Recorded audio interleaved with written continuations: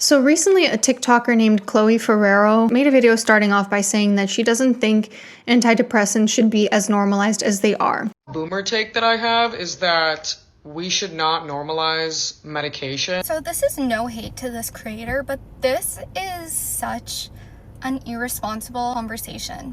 And while I think her introduction was maybe a little bit inflammatory, what she said in the actual video didn't seem very controversial to me. Since she deleted the video, I wasn't able to go back and rewatch it, so hopefully I'm not misremembering something. From what I remember, there were a lot of caveats where she said, she's not against people taking antidepressants, she just thinks that they're overprescribed. And as a result of that video that she made, a bunch of other people came out and made videos saying that it was irresponsible of her, that it's the type of rhetoric that sends people down the alt-right pipeline, stuff like that. And this is the same anti-medicine rhetoric that RFK Jr. is spreading. Like, we already have such distrust in the medical community that it is causing, like Florida, for example, to not mandate that children get vaccinated in schools. I'm about to say this as a doctor of clinical psychology, as a person who has been on antidepressants at multiple points in her life, as a former therapist who would encourage people to go on antidepressants if they were a good fit for them. Antidepressants are overprescribed in the US. Chloe's not wrong about that. I'm going to explain this using both the research and also my own anecdotal experience, and then I'm going to explain why I think the backlash against her video is a little bit intellectually dishonest. Let's get started.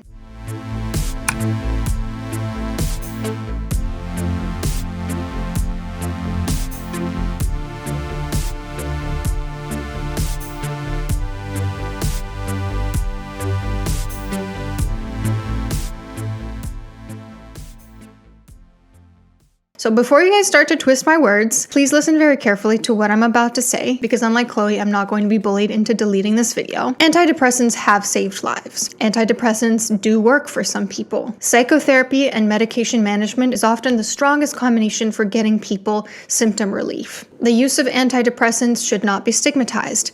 Antidepressants are often more effective than placebo. While there can be serious withdrawal effects, antidepressants are not addictive, and we have no current evidence of harm from long-term use. With that being said, antidepressants are absolutely overprescribed. The US in particular has a real issue trying to put a chemical band-aid in situations where it might not be necessary. What does the research say about it? Recent research reviews have found that the effectiveness of SSRIs depends on the severity of the depression. So for mild depression, there is minimal to no benefit to taking an SSRI. For moderate depression, there is a small to moderate effectiveness, and for severe depression, there is a clear benefit over placebo. Why is it a problem if antidepressants are prescribed to people who might not need it? Everything is a cost-benefit analysis, and psychotropic medications also have costs as well as advantages. Side effects, interaction effects. For example, there are a lot of people who take antidepressants without realizing that they can interact with certain drugs they take, like MDMA, which is very dangerous. Withdrawal effects. Effexor really is the best example of this. So antidepressants are a good option for somebody who's at greater risk of the adverse effects of their mental health issue, but it might not be the right choice for somebody whose depression is less likely to benefit from antidepressants, or for somebody who is able to fix their situation through other means, such as extracting themselves from whatever context is causing them the depression. And you might be thinking, well, what's the difference? If they can just fix it through a medication, why should they try to use internal tools at their disposal to fix the depression?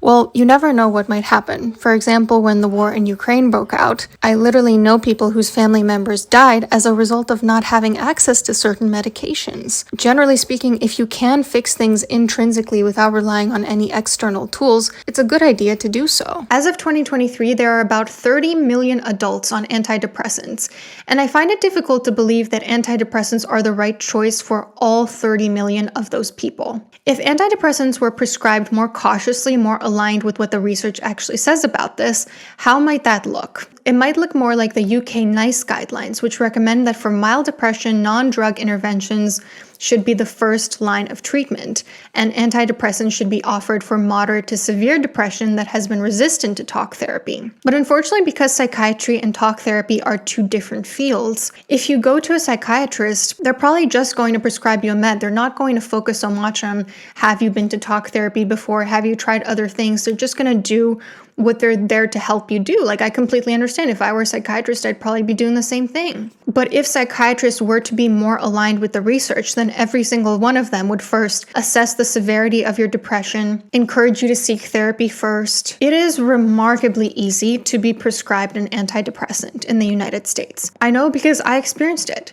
At multiple points in my life, I went to see a psychiatrist because I had either depression or anxiety. And from just like a 30-minute consultation, I was prescribed something. The first instance of that, when I went in for depression, my depression was very situational, and I actually went on the antidepressant and it didn't help me at all. If anything, it made me more anxious. I decided to quit it, and a few weeks later, my situation improved simply because the situation that had been causing my depression improved. The second time I was prescribed an antidepressant, it was for anxiety, and honestly, the difference that it made to my anxiety was incredibly minimal, like not really meaningful whatsoever, but what I remember from that time in my life is the side effects were not minimal. And then the third time I was prescribed an antidepressant, it was Effexor, which is an SNRI rather than an SSRI. This was also prescribed to me for anxiety. It tends to help more with anxiety, particularly anxiety that has an obsessive compulsive flavor to it. But if you know anything about Effexor, it is a pretty scary drug. It is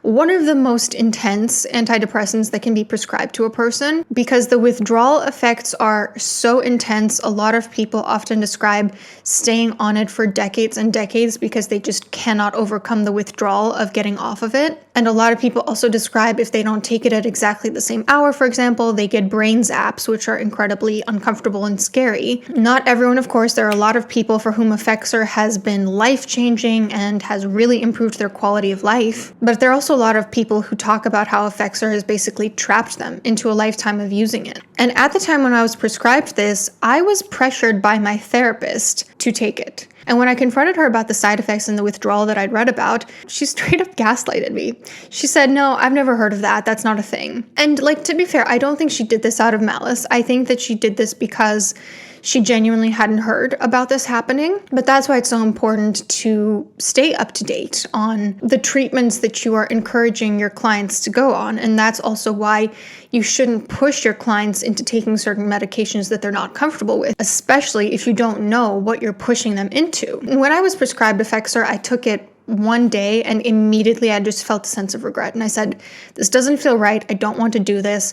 I threw it down the drain. And that was the day that I had my sort of acceptance epiphany where I realized some things that completely changed my life. Long story short, a lot of my anxiety alleviated itself. Again, I'm just sharing my own experience because I think this goes to show, first of all, antidepressants are prescribed very easily, often without providers considering the long-term ramifications or a cost-benefit analysis of doing so, or assessing things like, is this more of a situational issue, or is this something that could be figured out without antidepressants? When people talk about the negative effects of antidepressants, they're often silenced, or they're told, no, that's not real. And for a lot of people like myself, antidepressants are not actually that effective. Now, back to Chloe's video that I was talking about. I think that the backlash to her video is concerning on a few different levels. First and foremost, I think because it shows how media illiterate people have become. Now, I do think, again, Chloe starting off by saying antidepressants shouldn't be normalized was maybe a little bit inflammatory, maybe put people on the defensive right away. But the term normalized has multiple meanings. Normalized can mean not stigmatized, in which case her argument would be irresponsible to say that, we should stigmatize antidepressants. But Chloe straight up clarified that that's not what she meant. It seemed to me like she was using the term normalized to mean common. She was making the point that antidepressants are too commonplace these days, which again, she's absolutely right about. Antidepressants shouldn't be normalized because they're not for a normal person. They're for abnormal psychology. Abnormal psychology is not, saying, people who are crazy, people who should be stigmatized. Abnormal psychology is referring to phenomena outside the norm, the sort of ends of the bell curve. If everyone were to meet criteria for antidepressants, then that would mean depression is no longer a disorder, it's just the norm. So yeah, I think Chloe could have worded her point a little bit differently, but ultimately, if people were listening to what she was saying, I think they would have understood that she wasn't making a very extreme point. Secondly, I think the backlash that I've seen is pretty logically lazy. Boomer take that I have is that we should not normalize medication. So this is no hate to this creator, but this is such an irresponsible conversation because antidepressants are already stigmatized in the world. Like, that causes people to die. And this is the same anti-medicine rhetoric that RFK Jr. is spreading. Like, we already have such distrust in the medical community that it is causing, like Florida, for example, to not mandate that children get vaccinated in schools. And that is terrifying because that is preventing herd immunity. So this specific individual took a few cheap shots that kind of fall apart when put under scrutiny. Number one, she kind of did an ad hominem fallacy or a guilt by association by implying that Chloe's point was wrong simply because RFK would agree with it. Even a broken clock is right twice a day. And while I think RFK is damaging overall to Americans' health, he's by no means wrong 100% of the time. I think he's right that food companies create addictive, ultra-processed foods because they put profit over health. He's right that severe autism can be very debilitating. And he's right that Big Pharma has pushed psychotropic medications quite a bit on Americans. I think he takes things way too far. His takes lack nuance and veer into dangerous territory. His stance on vaccines is completely unsupported by the research. But there is a seed of truth in some of what he says, so simply saying, you agree with RFK, so that makes you wrong, just doesn't make sense. To imply that someone's point is wrong simply because someone problematic agrees with them also doesn't make sense. You know, like if I were to tell this person, oh, you dislike capitalism, you know who else disliked capitalism was Romanian communist dictator Nicolae Ceausescu. So you support authoritarian regimes, right? It would be a lazy argument to say that. You have to address the actual argument that a person made instead of trying to poison the well through guilt by association. The second logical fallacy that I saw in this video was the slippery slope. Simply raising concerns about the normalization of antidepressants does not necessarily mean that someone is sliding down a dangerous ideological path. You guys have got to stop doing this thing where you assume that everyone who has a different perspective from you automatically belongs to the most extreme faction of your opposition. Sometimes people just have literally one take that's different from you, and they still identify as the same ideology as you. And number three, this is a straw man argument. I think this person is kind of twisting Chloe's original statement. Based on this video, you would think that Chloe said antidepressants should never be prescribed. But in reality, what she actually said was antidepressants are overprescribed, which is much more reasonable. But of course, interacting with that argument would require actual evidence to the contrary. Also, I think that this backlash is concerning because it shows the societal sort of hush-hush attitude where people aren't allowed to criticize or question the widespread use of antidepressants. Anytime there's something we don't have a right to criticize or question, it makes me wonder who is profiting off of that thing. Big Pharma has a huge financial incentive to make us believe that antidepressants are no big deal, everybody can and should be on them, and they're helpful for everyone. Big Pharma also has a history of doing very shady things, of maximizing profits over the well-being of Americans. So I have to wonder, is there a slight possibility, I hope this doesn't sound too conspiratory, that some of the backlash we always see when someone criticizes antidepressants might not be organic, might be pushed forward by a corporation? But also, I think part of this also shows that people really identify with their antidepressant use. Antidepressants are just a treatment for a type of illness. No one should be identifying with their antidepressant usage, just like no one should be identifying with their antibiotic usage when they have an infection. And I think also people have a lot of past wounds from being discouraged to take psychotropic medications by family members and friends. In the past, there definitely was a huge attitude of like, you need to figure everything out naturally, you shouldn't consider medications, medications are for crazy people. And I'm so glad that as a society, we've mainly moved past that, but I think part of the overreaction we're seeing from people is because of that, is because they have their own past triggers related to medications. And I've also been seeing a few response videos to Chloe's videos saying like, well, you're not a mental health professional, you're not a therapist, you're not a psychiatrist, so you don't have a right to speak on this. And that also is really a lazy argument in my opinion. And obviously, like, I am somebody who is a doctor of clinical psychology and I do agree with her. So I think the issue is not so much that they think Chloe doesn't have a right to speak on this, but rather that they disagree with what she's saying. Like if she had made the opposite point, they'd probably be agreeing with her. They wouldn't be telling her to shut up because she's not a mental health professional, right? So Chloe actually made several responses to the backlash that she received, but I want to just play you one of them in particular. I very rarely feel the need to defend myself in the way that I'm about to, but I don't take slander and disrespect as casually as I did maybe a year ago. Saying that I am part of the alt-right because I shared a perspective that was better left unsaid and then took it down, took accountability for it, better explain myself, saying that I am part of the alt-right pipeline, that I support Trump, that I voted for him, that I'm an RFK supporter, that perhaps I'm actually related to him, is ridiculous. You guys preach about the rise of anti-intellectualism, right? And yet you are so quick to adopt this hive mind mentality where you are unwilling to think critically. And that includes allowing other people to speak their part, regardless of whether or not their perspective aligns with yours. I am not going to agree with 100% of your opinions and your beliefs, and that is fine. I am still voting for you to have access to the medication that I was trying to discuss. A lot of people are coming to my comments being like, I would not be here if it wasn't for my medication. Respectfully, I was never talking about you. And I'm saying that with love and grace. I know how important this tool can be for people. And again, I recognize that multiple times. To be projecting this anger and frustration onto me is misplaced anger. And I need you guys to understand that, okay? I am a mental health advocate for my loved ones, okay? I'm not gonna bring them online to prove that to you because there's no need to. I know who I am. That's why I'm frustrated. Countless times in my life, I have encouraged my loved ones to take SSRIs or other mental health medications for their well-being. I have encouraged my friends to go to therapy. I have been the person texting and calling to remind them to take their medication. But because he misses his mom. Because you don't know me, you love to jump to conclusions and assumptions about me that are aggressive and wrong because you enjoy it. When people are suffering in the way that they are in this country, they need an outlet for their cruelty and for their anger. And for some people, they go home and they yell at their partner. For some people, they want to project their anger onto someone online. Okay? Either way, I don't have to take it. In my original video, I acknowledged the nuance and I recognized that people have their lives changed and saved with these medications. I acknowledged the nuance not once, not twice, multiple times.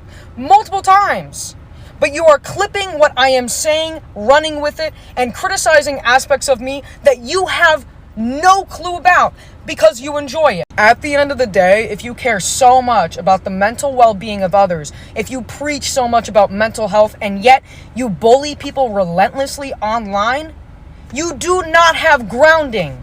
You do not have grounding. You don't get to threaten my life. You don't get to insult every fiber of my being because I made a mistake that I did everything I could to fix. If you actually engage with my content, you know that I'm a leftist, right? Okay, people are gonna miss the mark sometimes, and I apologize for that sincerely, right?